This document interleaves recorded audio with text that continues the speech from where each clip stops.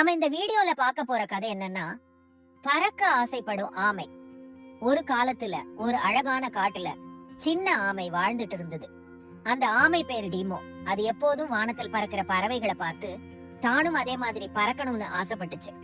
அது சாதாரண ஆசை இல்ல, டீமோவோட பெரிய கனவு. ஒவ்வொரு நாளும் வானத்தை பார்த்து ஆச்சரியப்படுவான். பறவைகள் எவ்வளவு அழகா பறக்குது, இது என்ன ஒரு ஆச்சரியம்னு சொல்லுவான்.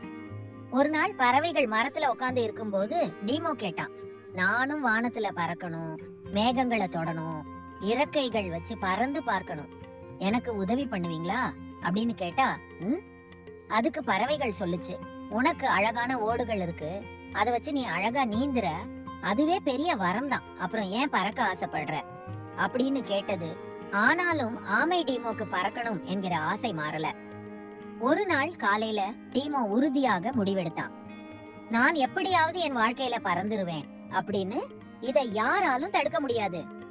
இதற்காக அவனோட நண்பன் புத்திசாலி ஆந்தை கிட்ட ஆலோசனை கேட்டான். எங்க ஆந்தை நண்பனே, எனக்கு பறக்க கத்து கொடுப்பியா? ஆந்தை கொஞ்ச நேரம் யோசிச்சது. ஆந்தை சொல்லுச்சு, உனக்கு ரெக்க இல்லை என்றாலும் பறக்கணும்னு ஆசை இருக்கு, அப்படித்தானே? சரி, அதுக்கு நான் ஒரு வழி காட்டுறேன். ஆந்தை அவனோட கழுகு நண்பர்கள் 2 பேரை கூப்பிட்டான்.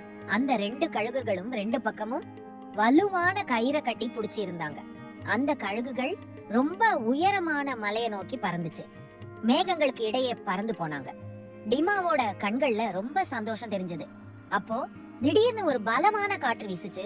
அந்த கயிறுகள் சுழல ஆரம்பிச்சது. டிமோ கீழே விழ ஆரம்பிச்சான். ஓ இல்லன்னு மற்ற பறவைகள் பயந்தாங்க. ஆனா தட் அப்படின்னு ஒரு சத்தம். டீமோ தரையில விழுந்தான். அவனோட அழகான ஓடு அவனை காப்பாத்துச்சு. அவன் விழுந்தது ஒரு இலை மேலதான். எல்லா விலங்குகளும் ஓடி வந்தாங்க. டீமோ, உனக்கு ஒன்னும் அடிபடலையே, நீ நல்லா தானே இருக்க? டீமோக்கு தலை மெல்ல சுழனுச்சு. அதுக்கப்புறம் சிரிச்சுட்டே, எனக்கு ஒண்ணும் ஆகல அப்படின்னு சொன்னான். உண்மையிலேயே பறக்கிறது ரொம்ப நல்ல அனுபவமா இருந்தது. ஆனாலும் எனக்கு பிடிச்ச இடம் இங்கேதான். ஏன்னா என்னோட கால்களை பதிக்க முடியற இடம் இதுதான். உங்களோட விளையாட முடியுது அப்படின்னு மத்த விலங்குகள் கிட்ட சொன்னான். அந்த நாள் முதல் டீமா பறக்கிற ஆசைய மறந்து தன் நண்பர்களோட விளையாட ஆரம்பிச்சான். இருக்கிறத வச்சு சந்தோஷப்படுறதுக்கு கத்துக்கிட்டான்.